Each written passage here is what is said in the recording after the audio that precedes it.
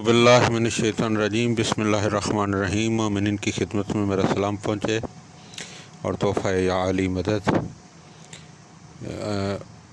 نہج البلاغہ channel کے ذریعے آپ صاحبان کی خدمت میں ایک نیا موضوع شروع کیا جا رہا ہے اور وہ ہے عقائد مکتب تشیع۔ تو آئیے عقائد مکتب تشیع کے بارے میں کچھ گفتگو کرتے ہیں۔ ہمارا عقیدہ یہ ہے کہ خدا ایک ہے اور بے مثل ہے، وہ ہمیشہ تھا اور اب بھی ہے، وہ اول و آخر ہے، یعنی کائنات سے پہلے بھی تھا اور کائنات کے خاتمے کے بعد بھی رہے گا۔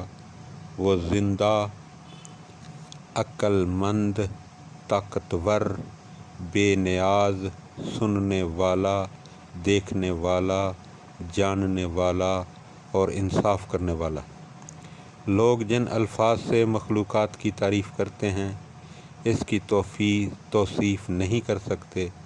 وہ جسم نہیں ہے جو جگہ گھیرے، نہ اس کی کوئی شکل و صورت ہے، نہ وہ جوہر ہے، اور جوہر سے مراد وہ شے ہے جس میں ابعاد اربع یعنی لمبائی، چوڑائی، گہرائی اور وقت پائے جائیں، جیسے پتھر، لکڑی اور گائے وغیرہ، اور نہ عرض یعنی اس کے متعلق۔ عرض سے مراد کسی شے پر طاری ہونے والی طرح طرح کی کیفیات، مثلا رنگت، نرمی، گرمی، سختی وغیرہ، یعنی اس کے متعلق حرکت، سکون، بھاری پن، ہلکے پن، چال، ٹھہراؤ، جگہ اور وقت کا خیال بھی نہیں کیا جا سکتا، نہ اس کی طرف اشارہ ہی کیا جا سکتا ہے۔ وہ اپنا مثل، مقابل، ماند، بیٹا، ساتھی اور ساجی نہیں رکھتا۔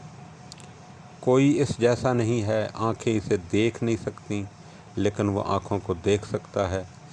جو کوئی خلقت میں خدا کا شریک مانے یا اس کے لیے شکل، ہاتھ، آنکھ کا تصور کرے یا یہ مانے کہ خدا دنیا کے آسمان پر اترتا ہے، بہشت والوں کے سامنے چاند کی طرح ظاہر ہوتا ہے، وہ شخص ایسے انسان کی طرح ہے جس نے کفر کیا اور خدا کو جو ہر عیب اور نقص سے پاک ہے نہیں پہچانا۔ ہم چاہے کسی چیز کا تصور ذہن میں لائیں اور اس پر خوب غور بھی کریں، لیکن ذہن میں جو تصویر ابھرتی ہے وہ ہماری ہی طرح کی مخلوق ہوتی ہے اور اس کی ہستی ہماری ہی ہستی کی طرح ہوتی ہے۔ امام باقر علیہ السلام نے اس بات کو اسی طرح سمجھایا ہے۔ اس بات کی کتنی فلسفیانہ، علمی، نازک اور جچی تلی تشریح ہوئی ہے، اور یہ بات بھی ہمارے ذہن میں رہے کہ جو لوگ یہ مانتے ہیں کہ خدا قیامت کے دن اپنے آپ کو اپنی مخلوق کے سامنے ظاہر کرے گا اور اس کے بندے اسے دیکھیں گے، انہوں نے کفر کیا، چاہے وہ زبان سے یہ کہتے ہیں کہ خدا جسم نہیں رکھتا۔ انسانوں کا یہ گروہ قرآن یا حدیث کے بعض لفظوں کے ظاہر پر رک گیا ہے، یہ اکتفا کر بیٹھا ہے، اور ان لوگوں نے قرآنی آیات سمجھنے میں سوچ بچار کی قوت سے بالکل کام نہیں لیا۔